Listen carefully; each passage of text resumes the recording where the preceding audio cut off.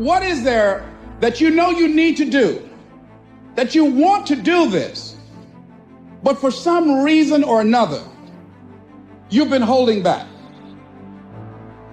For some reason or another, you just have not been able to work through the procrastinating or putting it off or justifying, and you know you ought to do this. You really want to do this, but you don't know why you haven't done it. There are times when you're looking at it and you say, I know I need to do this, but I don't feel like it. I don't want to do it. You'll know 1,000 people, at least over the course of your life, and they'll know 1,000 people each, and that puts you one person away from 1,000,000, and two persons away from 1,000,000,000. And so that's how you're connected. And the things you do, they're like dropping a stone in a pond. The ripples move outward and they affect things in ways that you can't fully comprehend. And it means that the things that you do and that you don't do are far more important than you think. And so if you act that way, of course, the terror of realizing that is that it actually starts to matter what you do. And you might say, well, that's better than living a meaningless existence. It's better for it to matter. But I mean, if you really asked yourself, would you be so sure if you had the choice? I can live with no responsibility whatsoever. The price I pay is that nothing matters. Or I can reverse it and everything matters. But I have to take the responsibility that's associated with that. It's not so obvious to me that people would take the meaningful path. There's always going to be a reason to wait. There's always going to be a busy schedule. There's always going to be something unexpected that happens. It's always going to be that way. You have to fucking work through it. But a lot of you motherfuckers just don't want it. It's easy to fall into the loving the idea of something, and it's hard to fall into the habits of action to actually achieve something. It's not about after the vacation or after this or after that. It's about right now. Now resolutions are the only thing that give results. And I found out that the same things can happen to two different people. One gets rich and one stays poor. Why is that? It's not what happens, it's what you do. Two men wake up one morning, there's a rainstorm on. One of them looks out his window, sees the rainstorm, and he says, wow, what a storm. With weather like this, they can't expect you to go out and make sales. He stays home. Same morning, the other guy looks out his window, sees the same storm, says, wow, what a storm. But he says, you know what, with weather like this, what a great day to go out and make sales. Most everybody will probably be home, especially the salesman. See, that's the difference in how your life works out. It's not what happens, it's what you do. Here is your great soul, the man who has given himself over to fate. On the other hand, that man is a weakling and a degenerate who struggles and maligns the order of the universe and would rather reform the gods than reform himself. You will only get one shot at today. You have only 24 hours with which to take it. And then it is gone and lost forever. Will you fully and hit all of today? Will you call out, I've got this, and do your very best to be your very best to be your very best?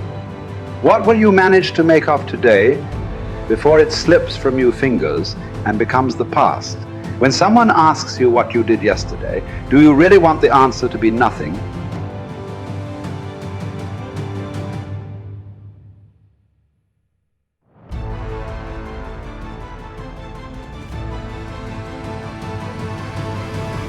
It is not that we have a short time to live, but that we waste a lot of it.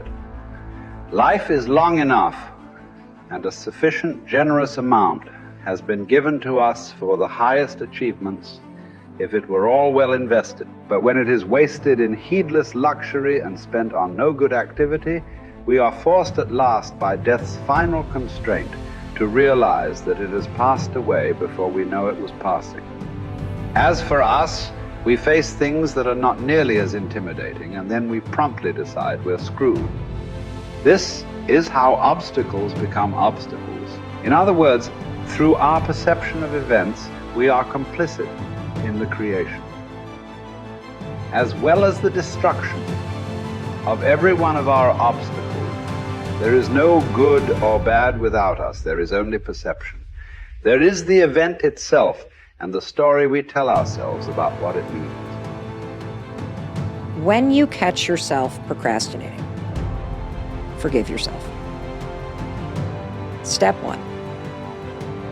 The next time you catch yourself procrastinating, step 1, is forgive yourself. And there's a really profound reason why. Procrastination is not about laziness. It's not about a lack of discipline. It's not something you do because you're dumb. Procrastination is a coping mechanism. You just have a desire to feel good right now, and you deserve that. You have a desire to lessen the stress in your life, and you deserve to lessen the stress in your life. I get it. When you're somebody that procrastinates, you're really hard on yourselves to begin with. In fact, being hard on yourself is one of the major causes of why you're so damn stressed. And so taking a moment and forgiving yourself, and you've got to actually have a talk with yourself where you are sitting there like, oh my God, 2 hours just went by? Wow, I must be really stressed out. I forgive myself for just blowing off 2 hours on social media. And you know what? I can spend the next hour setting my day up tomorrow for success. The next step that you're going to take once you forgive yourself, you got to recognize that you're doing it. Why? Because patterns and habits repeat unless you replace them. And so noticing that it's a pattern, catching yourself, forgiving yourself, that is a way we're going to break this pattern. Because the step 2, based on research, you must identify what you're stressed about. When you identify what you're actually stressed about, it loosens its grip on you. It comes out of hiding. And see, I think that stress backpack is an important analogy or metaphor. If you're sitting on the couch, 2 glasses of wine in, and you realize you've procrastinated for the last 5 hours, and you've acknowledged it, you've forgiven yourself for doing it, you've acknowledged the stress that you feel because, you are in a fight with a friend or a boyfriend or whatever. What is the you that's going to wake up tomorrow morning want you to do right now? I'll tell you what that you wants you to do. They want you to get off the couch. They want you to pack lunch for tomorrow. They want you to brush your teeth and turn off the TV and the phone and read 10 pages of nonfiction and get a good night's sleep. That's what the future you wants you to do. The future you does not want you to slip back into that vicious cycle and spend another 3 hours watching cat videos and memes and TikTok videos, which we both know is exactly what you would do if you didn't break the cycle by forgiving yourself for doing it for 3 hours, acknowledging what you're stressed about, and then deciding what the future you wants you to do instead. And then finally, use the 5-second rule. Use the 5-second rule. It's one of the most effective science-backed starting rituals on the planet for creating a new habit or pattern. And all you're going to do is you're just going to start. Because after you've forgiven yourself and you've validated what's stressing you out, and you've tapped into the future you who is kicking ass and taking names and needs you right now, the problem isn't your ability to do what you need to do. The problem is you've been trapped in this stress and trauma and nervous system triggered vicious procrastination cycle. Don't waste the rest of your time here worrying about other people unless it affects the common good. It will keep you from doing anything useful. So there are 2 reasons to embrace what happens. One is that it's happening to you. It was prescribed for you, and it pertains to you. The thread was spun long ago by the oldest cause of all, the art of living. Is neither careless drifting on the one hand nor fearful clinging to the past on the other. It consists in being sensitive to each moment, in regarding it as utterly new and unique, in having the mind open and wholly receptive. When you start to lose your temper, remember, there's nothing manly about rage. It's courtesy and kindness that define a human being, and a man. That's who possesses strength and nerves and guts, not the angry whiners. People seek retreats for themselves in the countryside, by the seashore, in the hills, and you too have made it your habit to long for that above all else. But this is altogether unphilosophical.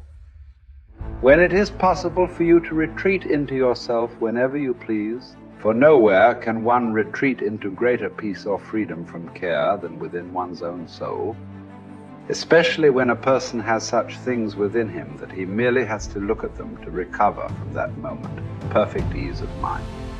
And by ease of mind, I mean nothing other than having one's mind in good order.